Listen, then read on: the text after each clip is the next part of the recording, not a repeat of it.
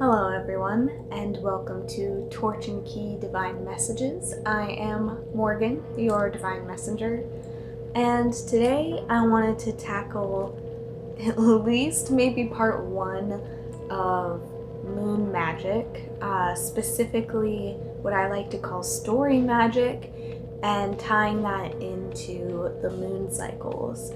So let's begin. If you intuitively ever feel called to set intention or release something or do a type of spell, trust your intuition over what astrologically is going on, because for several reasons. One being your chart, like your personal star chart, is a personal kind of magic, and that is going to sometimes contradict the world's energy and magic.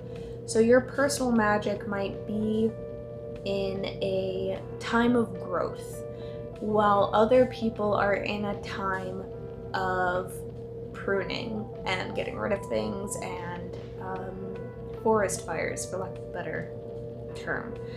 But like getting rid of things dying while you are growing and blossoming, or vice versa. Maybe a lot of people around you are growing and blossoming and you feel like you're dying. Both of these things are completely normal, and it's okay if you feel like you are going through something that nobody else is going through, because honestly you might be.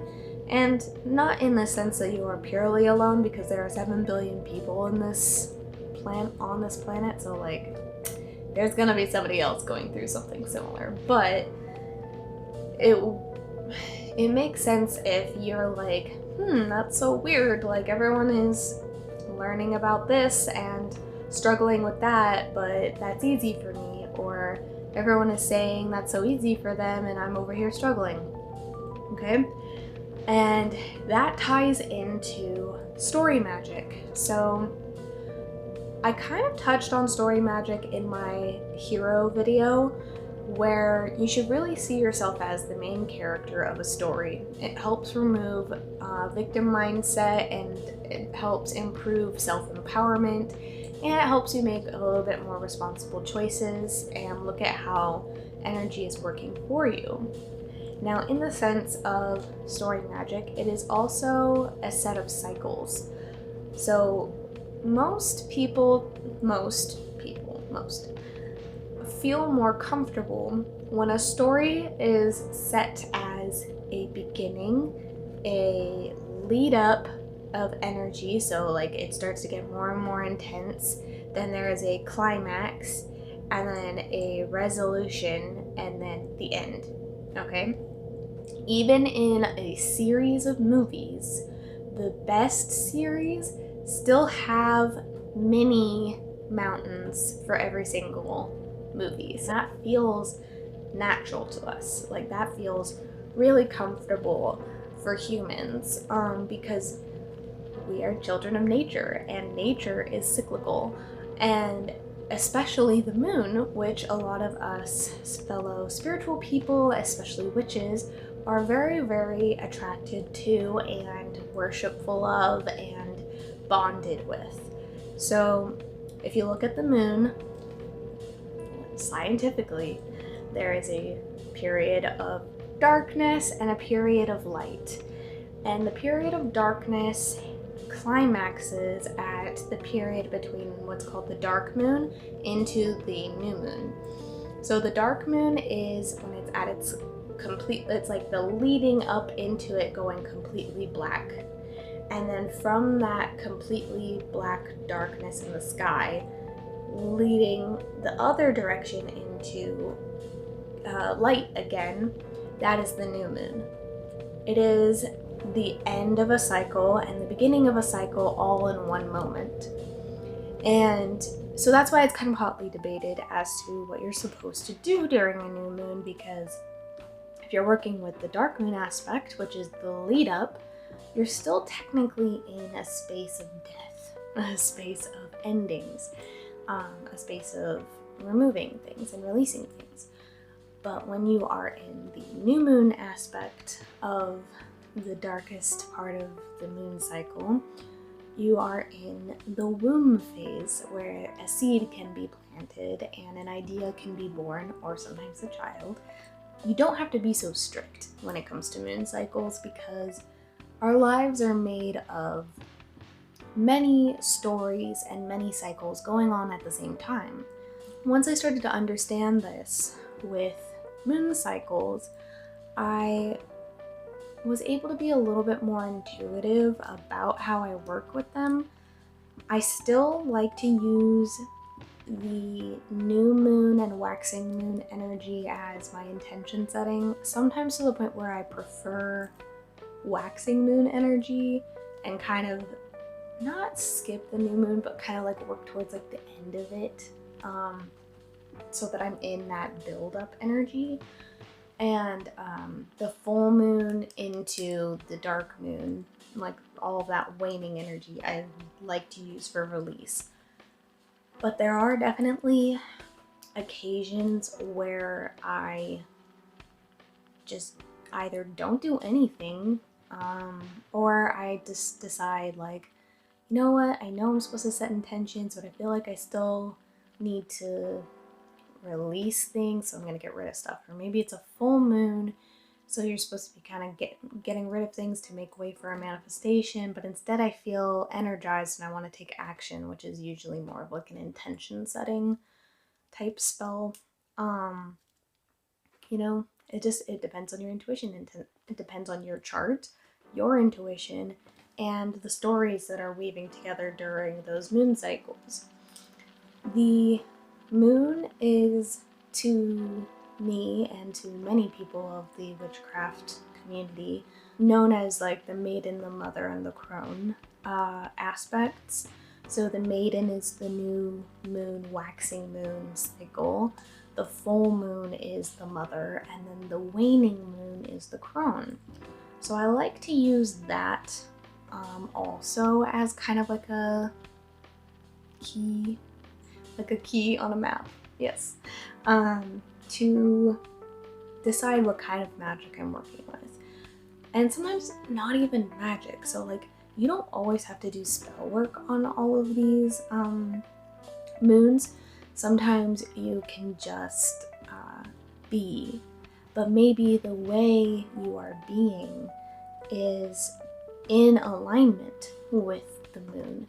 So during a waxing moon, perhaps you are getting more things done. You are taking more actions, using more masculine energy. I think the reason we align taking action with the waxing moon cycle is because it's a buildup of the sunlight aligning with the moon. They're technically opposing, but like the sunlight putting that spotlight on the moon. Sun is masculine energy while the moon is feminine energy. So as we're building up that meeting, that seeing each other of the feminine and the masculine, we're like using our intuition to guide us to make masculine action, which is usually initiating things, starting things, claiming things, like claiming your power, building your confidence, starting a business, asking somebody out, creating. Although creating is very feminine, but sometimes I think of, like, in the dark moon phase is more of like my, I don't know, brainstorming kind of, which I'll actually get into.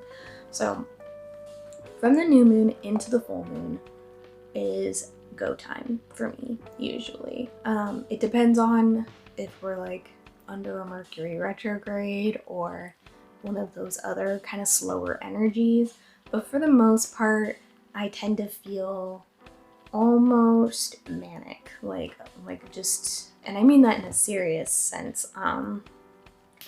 Like I feel like jittery and like I have to get stuff done, and I'm in a good mood, but I have to be careful of burnout, and sometimes it can be hard for me to sleep, or I get a lot of weird dreams and stuff like leading up to the full moon. I feel like vibrate with that much energy. And then once it starts waning like it is right now, oh my gosh, it's been struggle central to like do anything,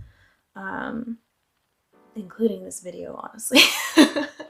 I really wanted to talk about this, so I just took my time and wanted to talk about something that is really natural for me, and I feel like that's what we should do during waning cycles. And so to go back to from the new moon into the full moon, so you're building up, or you're taking action, or you're doing new things. You're doing things you haven't done before. You're stepping out of your comfort zone. You're planting those seeds, you're watering them, you're nurturing them, you are giving them your fullest attention. Now, in the same thing as with a story, there is the beginning of a story where, you know, the author plants the seed of us understanding that this world exists, this person exists, this idea exists. And it builds up in energy towards that climax moment, which is the full moon. So it doesn't have to be you planted a seed of intention, thus the full moon is your manifestation. Sometimes it is the universe plants a seed of a lesson in the new moon that then is culminating and revealed and put a spotlight on during the full moon. I hope that makes sense for you. If you have any questions about any of this or want me to clarify, please always feel free to leave a comment down below. I'm very, very active on social media too, so however best you want to contact me and ask me questions, I am more than happy to help. But yeah, so with the new moon going into the full moon, it is that leaving of the comfort zone. It is the hero leaving their home to go on their adventure. Then they learn things along the way in this waxing moon energy. Now, like I said, this is not strict. We're not all going on a 2-week adventure every month, although sometimes in the spiritual world it feels that that way. It feels that intense every once in a while. You're just like, oh my god, it's only been 2 weeks. Anyway, so you go on this 2-week adventure for, you know, example reasons, and you learn things along the way during these 2 weeks. Maybe by the quarter moon, which is a week before the full moon and a week after the new moon, there's a turning point and you're like, oh, this is what was planted.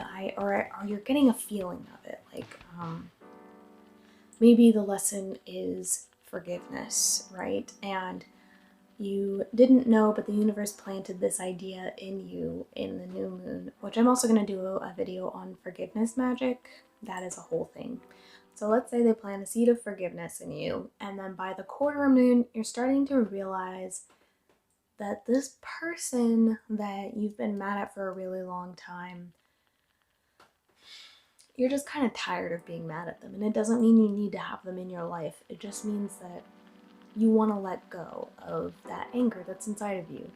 But you're not really sure how, because you are still kind of angry, right? So as it's building up, you're kind of like maybe doing some journaling, doing some deep work. If you're on speaking terms with them, maybe you're trying to converse with them to really come to a real idea as to why they behaved the way they did. And if you're not on speaking terms, maybe you're talking to a close friend about it, or you're writing about it, or meditating on it, and just trying to really feel out like, okay, why am I still so angry about this? Is there a way that I could ever forgive them, or at least forgive them enough to move on? So maybe you are struggling for that entire first half, because if you think of a story, he or she or they do not figure out the solution to how to kill the bad guy right off the bat. And maybe they even think they do, right? Like there's always stories where they're like, oh, we have a plan. And that could be your quarter moon, honestly. You're like, I have a plan. I figured out that I'm gonna talk to this person and then I will forgive them afterward. And then you talk to them and you're like, that was a bad idea. Now I'm even more angry. And then by the full moon or the climax, maybe you find your real answer, more clarity because there's that clear light. It could also be the height of the conflict, as it would be in a story where there's the big battle between the hero and the villain, sometimes the villain being yourself. And by the time the full moon has passed, that energy, that climax of energy has passed, it's like, whew, like there's kind of like that relief of like, I defeated the villain, or I figured out who the bad guy was, or I've learned how to forgive them, or you know, etc. Or I've learned that I really need to, otherwise this problem is going to persist. So it's not always going to be, I set intention on the new moon for a job, and then on the full moon I got a job offer, right? It's not always going to be that clear cut. Sometimes these moon cycles are more about our own inner cycles of growth. And you have to think of the new moon as a baby, kind of, and the full moon as the culmination of like, you're finally seeing their personality, like kind of like, you know, when a child comes into their own when they're in their teens, how all of a sudden you're like, oh, you have a personality and preferences and your own knowledge that I did not give you, that you've come up with on your own. This is amazing, how beautiful and magical. It's like that. So the full moon is supposed to be that energy of like revealing, of understanding, of culminating, of, but like I said, it's not always positive because that could also be the major conflict point in a story, where the hero has to finally face the villain. But once we've defeated the villain, or once we have found the treasure, or once we have discovered that our teenager really likes humanitarian efforts, you have the waning moon cycle, which goes from the full moon into dark moon, which eventually starts a new cycle over and over and over again. Which is why this is infinite work, because every beginning is an end and every end is a beginning. So with the waning moon cycles, we are integrating. I have this, well, it's not like a theory, but it's like my own philosophy, that I like to use the waning moon cycle not just to release things, but to integrate what came to light during the full moon. So I already posted about this on my Instagram, but the most recent Aquarius full moon was a really rough one for me, which is unfortunate because it is my own personal moon sign. But if you think about it, your moon sign is sort of your, how you do your magic, because you know, if you're doing your magic in alignment with the moon, then your moon sign is going to be important. It's not only how you do your magic, but it's your intuitive space, your primal space, kind of, your child space, the way that you need emotional nurturing, and the way that you need to be mothered, or that you were mothered. It is kind of like our emotional love language of what we need the most. So this Aquarius full moon, I was expecting to have some sort of giant life-changing climax moment. I was expecting basically to, I don't know, I guess have sort of like a happily ever after moment. And I didn't know what it was because I kept seeing the sign of, you know, let go of the outcome. And so I was like, okay, like I'm gonna try to not have any expectations. But at the same time, I did have expectations because I was expecting it to be like fireworks, right?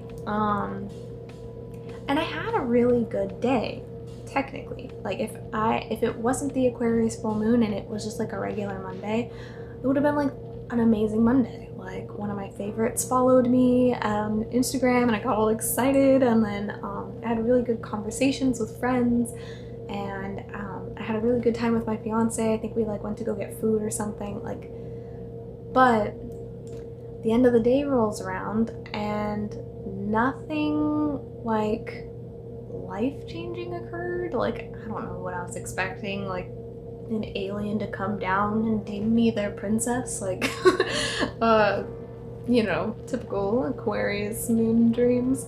But whatever it wasn't what I wanted. So I gave myself these expectations. But looking back, again, it is kind of like that facing the villain moment sometimes. And the villain was my expectations. And the new moon was the beginning of, like I said, where they set the seed of the lesson you're about to learn. So, what was it? The Cancer new moon. So, these eclipses that happened, I was also, again, expecting some sort of life-changing thing to happen. And it did, but it did because of me. Like, I ended up leaving my job to pursue this to help you guys and to finally go into my calling. And but at first, like up until the moment that I did choose myself, I kept waiting for somebody else to do it for me, which is also what inspired the hero video, because this is not the first time that the universe has told me that I am my own hero and that I need to stop waiting for people to come and save me.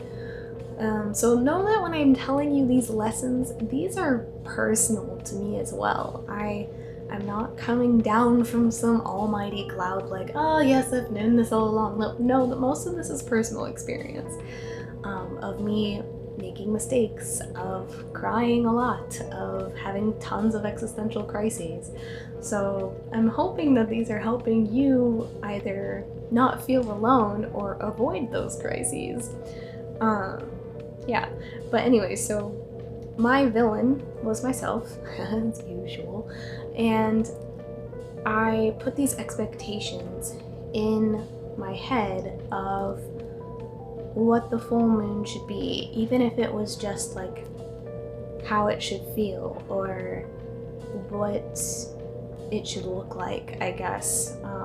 Even if it was like in the back of my mind of like, ooh, what if I win the lottery? Or like, what if suddenly I'm like just flooded with subscribers? That would be cool. And I'm not saying that I don't want that, but the universe knows better. And what they were trying to teach me, what the resolution, the integration ended up being from that moon, was that even my best expectations, even the idea of having a bunch of subscribers or getting a bunch of clients or winning the lottery or whatever fantastical idea I had, because I always want my spells, my magic, and my path to serve my highest and greatest good, sometimes that can culminate in ways that I do not humanly understand.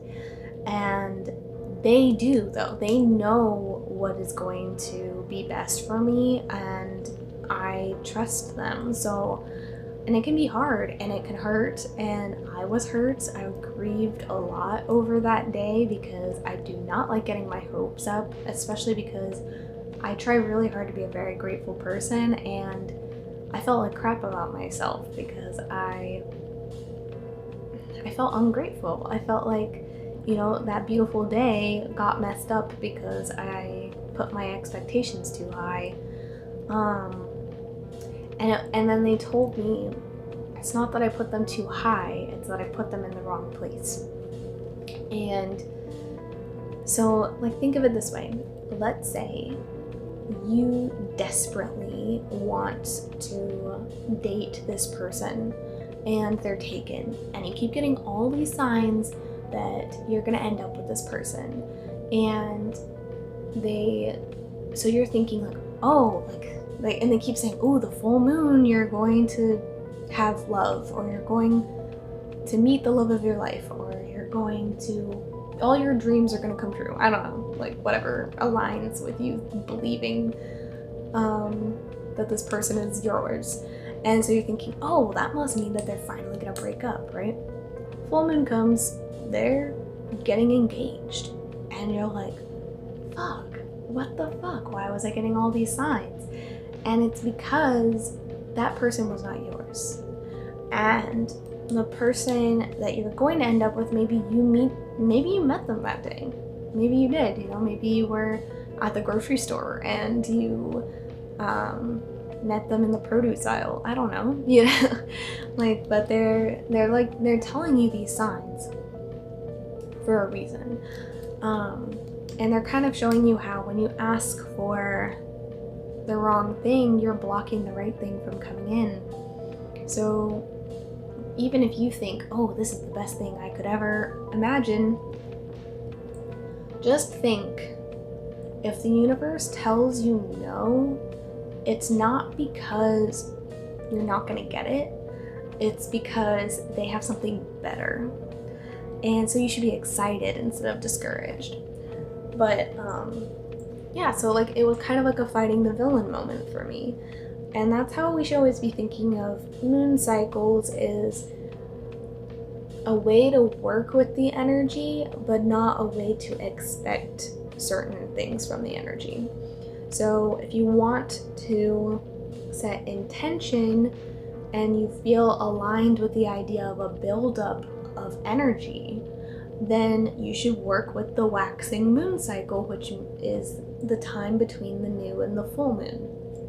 And if you are wanting to set intention of getting rid of something, you like the idea of there being less energy, and that's another thing. Sometimes it's like, maybe I want less energy for my intention setting because I want peace, or because I want integration, or because I want mastery, because that is the crone cycle, and the crone is all about wisdom. And maybe in the new moon cycle, you're setting intention for more fun in your life because that's the maiden time. Or maybe you're using the full moon because you're trying to get pregnant, or you're trying to birth something, and the mother energy is what you're needing. Or maybe it's the dark moon because you really need to banish something and you just want there to be a void where that thing is. So it's an intuitive and personal process that you need to look at from your perspective, but just know that those are kind of like what the energies are traditionally and how they align with story, so that it's not always about magic. Sometimes it's just about how you live your life, So I'm going to be doing a little bit more about this because this is a pretty heavy subject and it's kind of long and there's a lot that goes into it. I also have a lot of examples of different moon stories because the moon is definitely one of those energies that I am extremely bonded to.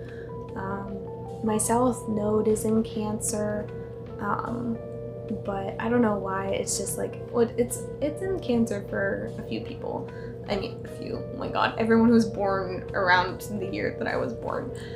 But there's also just some other placements in my chart that kind of supercharge it a little bit. But it basically means that my gift is with like moon magic because it's in my 8th house of magic and the occult. So yeah, but anyway, I hope that this was helpful and that it gave you some clarity on how better to work with the moon. Maybe you already are working with the moon and it hasn't been working, so maybe keep this in mind for next time. Or maybe there was a message in there or two for you, because sometimes as I'm teaching I end up accidentally channeling messages, I have been told. But by the time of this filming, we have a Leo new moon coming up on the 18th. So leading up, if there's anything that you would like to integrate or gain wisdom on or reflect or release, this is a really good time to be letting go of things, even if it's just belief patterns or thought patterns. Because it's Leo season, anything to do with getting rid of low self-worth vibes is a really good choice. If you like this video, go ahead and hit the like button. If you want more from me, stick around and hit that subscribe button and hit the notification bell so that you know when a new video is up. If you would like to figure out what your personal magic is and how best your chart might align with moon magic, please book a session with me with the link down below. And I am wishing you many blessings and have a wonderful rest of your day.